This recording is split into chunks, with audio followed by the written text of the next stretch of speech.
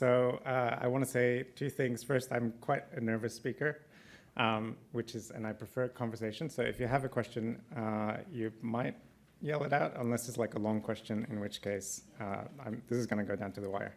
And I've been told that I'm not going to be allowed to go past time. And the second one is I'm probably going to blur it out and forget people's names. Napari is like a very big group project, and my overwhelming feeling is one of gratitude. So if I don't say the right name or whatever, then I'm sorry, but I absolutely appreciate everyone's work in this domain. Okay, so Napari, what is it? And this picture's from Napari YT. Lovely. Okay, so pre-Napari, so I started in Python around 2008, 2009, doing image analysis. And when I was trying to do 3D stuff, like this EM stuff, those are 3 2D Matplotlib images, which I then warped in Illustrator, and then that's the 3D is ITK snap, and I sort of composited them by hand, and it's just not a fun experience. And I was always quite frustrated. I actually wrote a little Matplotlib 3D slice viewer, but nothing. It just wasn't great. And the PyVista folks know this, and PyVista's also great and developed around the same time as Napari. And there was actually this thread, and I just kept looking for it. And there's this thread that I found like horribly discouraging. So that was Chris Holgraf asking Gael Valco for advice on 3D display, and he says, "I've given up on this. I see this as a huge waste of time. People want 3D viz, but it's only a toy, in my opinion." Needless to say, I disagree with Gael. I think he was just also frustrated, right? He's a very smart man and a friend, so I'm not trying to put him down. Yeah, anyway, I don't think it's a toy any more than 2D viz is a toy, and we all know 2D viz is like super useful. So 3D viz, if you have 3D data, is also super useful. So mid-2018, Stefan van der Walt and Nel Valco invited me to BIDS, along with a whole bunch of other very smart people. And I met up with a friend, Loic, who was from the Java world, and he had written some 3D viewers in Java. And back when I knew him, which was like 2010, he was like big Java person. He's like, I don't know about this Python thing. And then when I hung out with him in 2018, because he'd moved to San Francisco, he was like, you were right about Python. Python's awesome, man. But I don't have a viewer. I don't have a 3D viewer, and it's really frustrating me. So Napari is a town on this little island in Kiribati, which is the geographic median between San Francisco and Melbourne. Where I'm from, and so we called it Napari, and we decided to get hacking. And Kira, who is also here, started as a summer intern with Loic and did most of the early work with Napari. And the rest is history, and I'm going to show you that history. Oh, sorry, the rest is not all history. There is more history in that link if you want to read my blog post. It's actually aged quite well. Okay, the rest is history. Let's go. So live display, I pulled from main right before this, so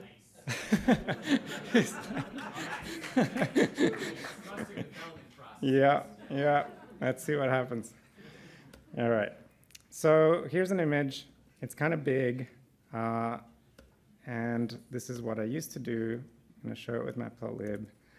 And Matplotlib works well enough for 2D images, but it's like little slow to navigate, and that's fine. This is not what Matplotlib was designed to do, right? This is like a little bonus that you do in Matplotlib.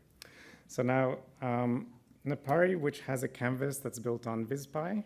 So again, I'm just like super grateful to the full community. So this is now an OpenGL texture, 10,000 by 10,000, and navigating is like just super fast. You go with the scroll wheel and you click and drag to move around. And that's it. That's all I want to say about that. The next thing is if you have 3D data or multi-dimensional data, then the difference is just like way more stark. So I'm actually like totally fine with Matplotlib for 2D, but for 3D, so this is now Z channels 250 X and Y. Matplotlib is going to tell me. I think that's a Z, not Z. Yes, I am in the right country. When in Rome, fine, it's a Z. Yeah, so type error invalid shape. And if anyone else has a hyphen on their name, you know it's very grating when someone says your name is invalid. Okay, so let's look at it in Napari. So what Napari does is if there's any more dimensions than 2D, it'll put a little slider here. And also, I did a little trick, which is to say channel axis equals 1, which means I'm going to do 2 channels for that thing. So there's only 1 extra dimension, and it's here. And if you want to look at it in 3D, you click this button, and you get a 3D view. And if it was 4-dimensional, it would just remove one of the sliders, but you'd keep one of the others. So let's have a look at that. It's also lazy, and many people have contributed to this over time, but the first person to implement it was John Kirkham. I don't know if he's in the, is he here? No, he's not. It's just virtual. Okay. Anyway, so this is a 213 gig volume living on disk. That's the shape, so it's got time points, Z, Y, and X. But it's chunked, so you don't actually need to load everything from disk to look at it. Now, if you look at this in Napari, Napari will slice and then show you, which means that it's never, and we have a bug that's in the contrast limits thing. So now I can slide over Z, and I can slide over Z, and I can slide over time, and I can also switch to 3D mode. And now this is kind of chunky. Every volume is 2 gigabytes of data. So you can see it's kind of slow and thing. But you saw like one of the sliders disappeared, the other one stayed behind, and I can go to another time point, and it's just loading 2 gigs from disk once, so it takes a while. Okay. Oh, I didn't mean to close that. All right, that's fine, I can do this. Okay, the other thing that I wanted to show is that everything is sort of really built to work well with Python and Jupyter Notebooks and all that good stuff. So you can see I adjusted the contrast limits when I did that. I can look at them here, and I can also set them here, and everything gets reflected in the viewer at the same time. So there's a lot, and I can change the color map, and then that changes the color map. So it's kind of nice if you work in IPython or Jupyter Notebooks, you can sort of change the view and yeah, be Python-centric. Okay, so we saw that this is slow. We also support multi-scale images. So what that means is if you load, this is now a different Zarr group, which is downsampled 2x, and this one is downsampled 4x. And if you give them to NumPy as 3 images in a list, it will take that to mean, because the images are different in size, it will take that to mean this is a multi-scale series, and it will render them as multi-scale, and everything is broken. Okay. So now, in the little status bar on the bottom left, you can see that I'm multi-scale level 0. So actually in 2D, I don't really need to zoom out, but now you can see I'm at multi-scale level 2. And I can switch to 3D, and now it's all super nice and responsive. And I can go through the whole time series of this embryo developing, which is pretty cool. Okay, go back to my slides for a second, because I just want to show. The other thing is, like, if you're already a Napari user in here, I don't know. Zach Jones came to my image analysis tutorial, and he was already playing with Napari and playing with this black hole simulation data. Simulation, yes. And it just absolutely, absolutely made my day. Yeah, let me know, like, if you have some cool data to show off with Napari, please get in touch, because I just love it. Okay, so back to the notebook. The next thing that I want to show is layers. So in addition to showing images, when you're doing image analysis, excuse me, you usually have all kinds of associated data. So you might annotate some points, you might segment your image, and you want to display that on top of the image. So you can add layers to Napari, which we saw a little bit with the 2 colors, but there's also different types. This is from Alistair Burt, who's a core developer. This is CRY-M data. I don't know how they see anything in here, but basically you find particles that are in your cryo-electron tomography data. You identify the particles and their orientation, and then you can average a whole bunch of them and get a 3D structure from really low resolution data, which is amazing. So what this is showing is the image, the detected particles, and the orientation using a vectors layer. And if you look at them in 3D, you see these are HIV virions, and you can see that all the particles are identified in the surface of the virion, which is where they're expected, and they're facing away from the virion. So it looks like your data analysis is working, and you can move on with the data analysis. So this is where the whole toy thing is like, looking at your data really helps you to understand your data. And if it's 3D, then 3D helps. We also have a surfaces layer. This is only for triangular meshes, but it's pretty cool. So this is photogrammetry data from Emmanuel Renaud at University College Dublin, and there's like different resolutions on this display. You can overlay these all in the same space. So if you have surface data and volumetric data, which Emmanuel had but lost, so put your data in online repositories, people. Then you could overlay them, and that's pretty cool. Okay, and now this is the thing that's going to fly by. This is extracted from the tutorial. It normally takes an hour. I'm going to speed through it.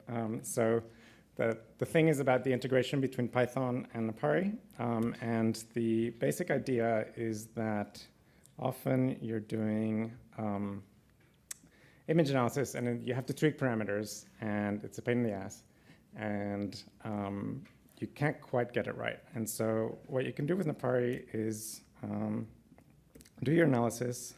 We're going to try to segment these nuclei. So I've done a little Sobel filter, Sobel-like filter, and you can see the edges around the nuclei. We're basically going to try to segment them with a watershed. I'm going to keep going. If you don't know what that means, it doesn't really matter. So we see that the nuclei have holes when you threshold them. You do a bit of morphology to block the holes. And so it's kind of nice. As you're developing an algorithm, you're sort of seeing the result. That's good. And then I'm going to try to label them. And you can see that it works really well to get all of the different nuclei, except some of them are touching, so they're together. So now we're going to do a watershed. This is from Sean, who I don't know if he's here, but he was at the tutorial. Hi. So I'm getting a lot of mileage of Sean's solution for finding points. And I'm going to switch to 3D view so you can see those points. So yeah, we do a bit of an algorithm. You can see that it's found most of the centers, so we could split these, but it hasn't found this center, hasn't found these two centers. So now what can we do? We can switch back to 2D, go to where the points are, about there. And we have a points layer. We can add some points. So I'm going to click, click, click.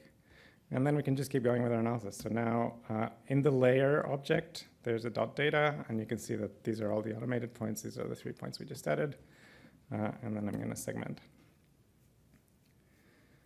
And there you go. So you have the segmentation. It's not perfect. I'm not going to deal with that. But I am going to show off one more thing. So you can see, because the splitting, the nucleus that's dividing is kind of gnarly, you can see that this segment has sort of split into this one. So what can we do? I'm going to select the labels layer.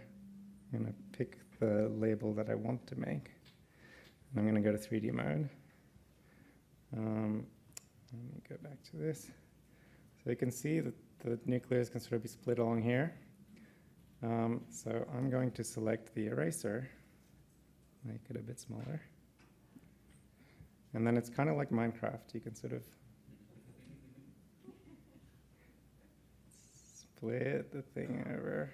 So at some point you get rid of everything in between. I'm not claiming this is a perfect segmentation. And then I can click the fill bucket. Now this is important. I want to say I'm editing in 3D, and then fill that with that, and that's it, segmented. So that's kind of cool. Okay, back to the slides for some reason.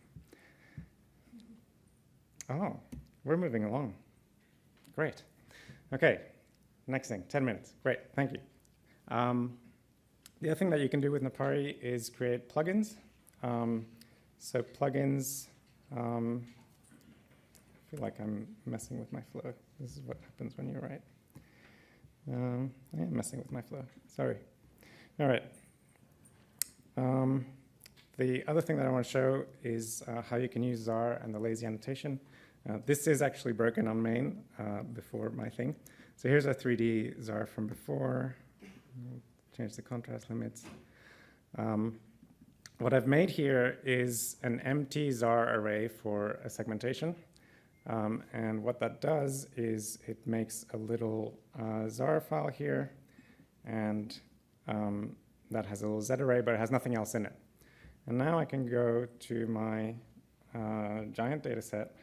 I can add my labels. So my labels is an array of the same shape as the data that we saw before. So this is, again, 200 gigs of data, but it hasn't been instantiated. Add my labels layer. So that's a labels layer. And now I can do 3D, paint. Nope, that's not paint. And I'm going to paint a nucleus. Boom. Now nothing happens because it's broken on me. But there's like some caching issue, but you can see that I've painted it, and you can see that it's, because I've painted in 3D, it's actually got a bit of spatial extent. And what has that done? It's made a chunk for that particular place where I've put some non-zero labels. So that's pretty cool. You can basically write and edit labels that are bigger than RAM quite seamlessly with Napari once we fix that bug. Okay, and I'm going to get rid of this so I can give this talk again. The last thing that I want to say before I go back to the slideshow is that it plays well with the rest of the ecosystem. That's been like a really big goal for me. So this demo, which is a totally separate script, is going to show how we've taken a deep learning PyTorch array. We've wrapped it in Dask because PyTorch arrays are obnoxious, sorry. Now this is, again, loading lazily, and it's doing it as it's training, so you can see that it gets updated. And I've got a Matplotlib plot underneath showing me the loss of the deep learning denoising algorithm. And I can fiddle around with the visualization parameters as I look at it and look at the rest of my data. So yeah, I call this Napari board. No one's really taken me up on it, but I think it's very powerful. All right, I'll stop that. And then, yeah, the final thing, as I close everything, is plugins. So I'm going to make a viewer here. Plugins are something that lets you modify Napari with particular contributions that I'll talk to you about. So there's a Napari OME Zarr plugin. So I showed you that multiscale data where I was looking into 3 different directories to get the multiscale. That's actually in a new format called OME Zarr, of which there was a talk earlier, which is great. And so there's a plugin that will let me open that file and already load the multiscales and the contrast limits and everything. So that's it. That's now a multiscale data set with just one line because someone wrote all of the routines that you need to do to load this data and packaged it into one function that Napari then calls. There is actually a Napari PDF reader plugin, which blows my mind, but there it is. And you can also call Napari from the command line, so that's what I'm doing here. And there you go. Project, you can read your paper in Napari. Can you do it 3D? Yeah, that's okay. 3D, 3D. 3D. No. Yes. So the reason is that 3D RGB is unhappy. But you could convert it to grayscale and do 3D. But come after and we can play with it. The paper doesn't go into any depth. All right. Okay. So what are plugins? Plugins let you customize Napari with extra functionality. So you can do readers and writers, which is what we just talked about. You can make widgets, so just like that Matplotlib plot, or other kinds of functionality. And there's a library that was spun out of Napari. Well, actually, a collection of libraries called PyAppKit by Tally Lambert. And it includes yeah, ways to make GUIs very easily. So one of them is Magic GUI. You just add some type annotations to your functions and decorate it, and then Napari can make a huge full widget for you. You can provide sample data. So instead of like having people have to download some data set, you can go like file, open, sample, and open a sample data set. That's pretty cool.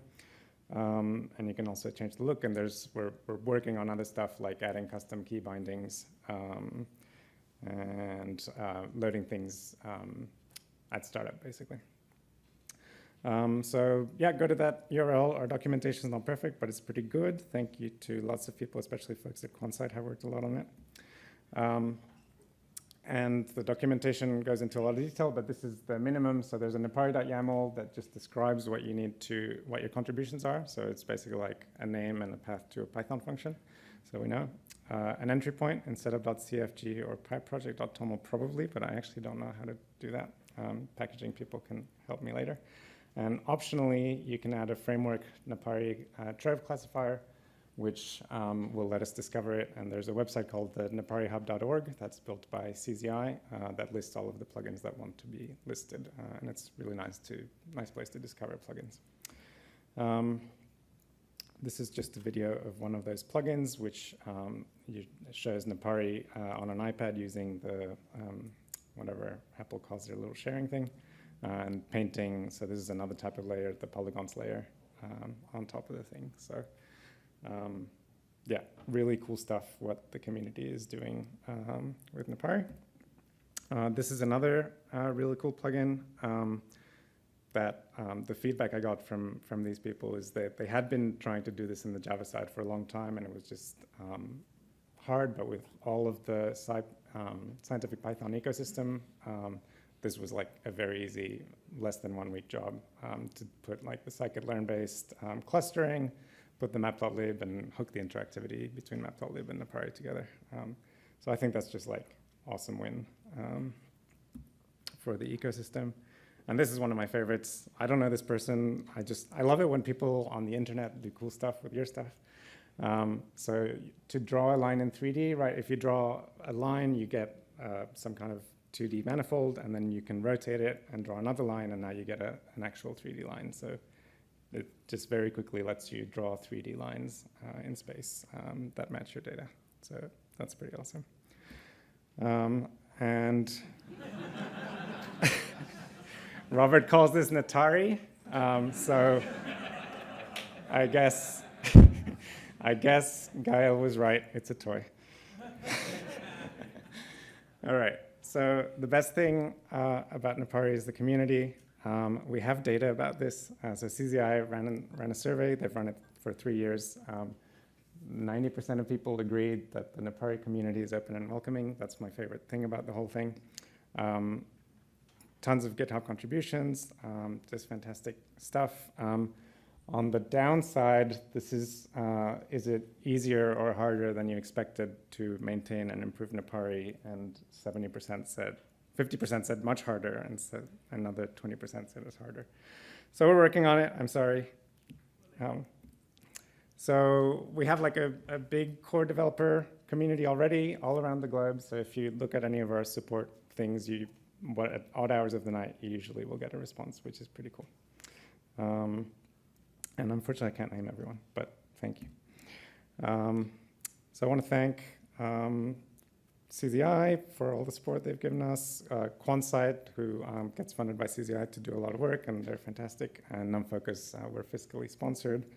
And CZI has actually supported us with a $100,000 matching grant. So we would love to get your support. You can now get twice your bang for your buck. There is a public roadmap that you can check out, and I should have put a link, but I didn't. If you want, in case you think Napari would be useful for your company and you want to help us move it along. And these are all the resources. Zulip is way better than Slack. And yeah, I'll give a lightning talk on that if I'm allowed. Yeah, thank you all.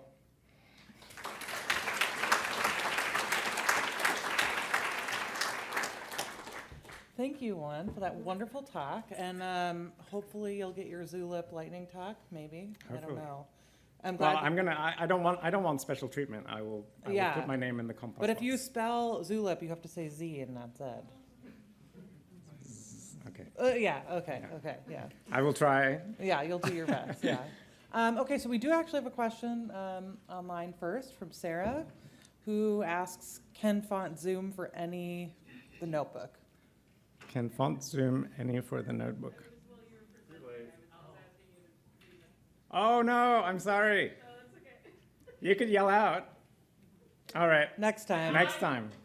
Yes. The answer was yes. Let me show you. Any other questions? Awesome. I know of Napari, but I've never seen it used before. Oh, okay.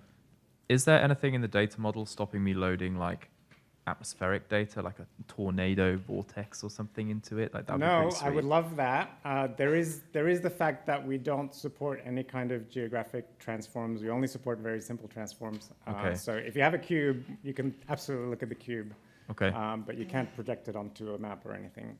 But yeah, Okay. PRs are super welcome. Like it's actually like a big bugbear of mine that we don't Yeah, do I that. can probably rustle up some cubes of fluid turbulence or something. Yeah. Will you be sprinting? I will be sprinting. We don't have like a super organized thing, but if you want to get your data into Napari, we can absolutely help with that. And if you want to contribute a documentation example showing how to get your data into Napari, that would be super fantastic. So you'll be happy to help people. I will They would- be so happy to help people use Yeah. Napari over both days of the sprints. Yeah, thank you very much for the talk. It's very interesting. So just a question for you as how do you determine what goes into a plugin versus what's like core functionality? Would you say it's feature complete and anything that's a brand new feature should be a new plugin if someone has It's the idea? so far from feature Yeah. complete. That's a long answer, but yeah, basically it's a viewer. That's the core thing. It's an image viewer, and if you want to do like, we're not going to put a PDF reader into the core, but What? but like for example, like displaying metadata of your image and stuff. Right now we do a very poor job of it. So there's a lot of stuff that we still want to add in core. We do have a public roadmap that I should have put a link to. Do you guys support CAE data? We have a staggering amount. We're building a web viewer for it right now, but we need something inter-office because it's a pain in the butt to use the full app for that. I'm not very familiar with CAE. Does that involve like structure that is Structure, other than a rectangular- thermo, fluids, all the above. There's a bunch of different formats for it. But Yeah. that's kind of the problem. Yeah. I'm not familiar with it. I don't know, but Sprint helping get your data on it. Yeah, totally. We have our last two questions already taken, so if you have more questions, please post them in the chat, in Slack, in track-general. And Juan, I think we'll be around and be happy to answer Yes. in Slack. Yes. And get heckled also. Yeah. Do you require all the data to be local, or is there a way to render something that's in the cloud and get it down here? Yes, it's a very, very good question. No, because we support Zarr and Dask arrays. But right now, the viewer is synchronous. So if your data is slow to come, it will be clunky. There is an experimental asynchronous mode that you can turn on, and there is like very dedicated ongoing work to making it work. But basically, because it's a Dask array, remote works. And actually, I'm going to show a little bonus demo while nothing's happening. So this is from Carl. This is like an exabyte of Mandelbrot data. It's generated, so it's not remote, but might as well be. Yeah, so that's just a teaser. Doesn't work yet. And I also believe that Kira and Dan sprinted on integrating tiled in Napari at the SciPy Developer Summit to do some asynchronous, right? Oh, it's not asynchronous? Oh, okay, sorry. No, not at all? Very experimental plugin. Yeah. Probably work well with async. Yeah. Yeah. Question over here. Yep. Can the interactive viewer or any part of it be embedded directly in the Jupyter Notebook for, say, oh, okay. Yeah, that's further away in the roadmap. We kind of lean heavily onto the native and Qt stuff, but it's obviously on the roadmap. Yeah. Okay, let's thank our speaker one more time.